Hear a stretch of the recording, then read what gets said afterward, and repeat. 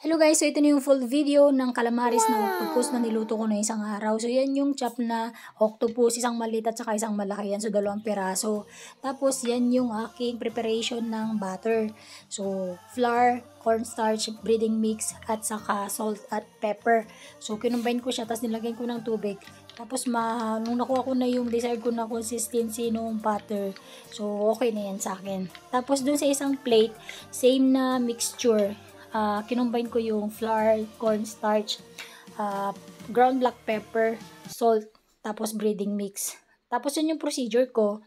So, nilagay ko yung mga chop na octopus dun sa wet na mixture at kailangan ma-combine yun or ma-blend para magkaroon ng lasa yung ating octopus. Tapos hinango ko at nilagay ko dun sa dry na mixture.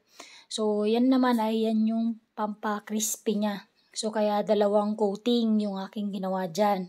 So, after ko nang ma-coat, so, dun sa isang kawali, nakaredy na naman yung aking mainit na mantika.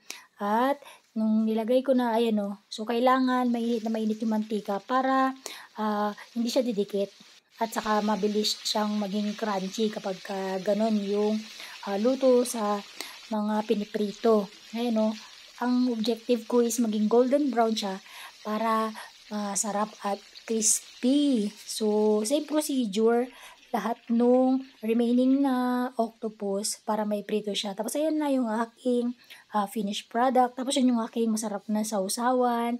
So, kain tayo guys. Masarap yan at napaka-crispy. Masarap din yung aking sausawan na ginawa. So, first bite para sa inyo. Kain tayo.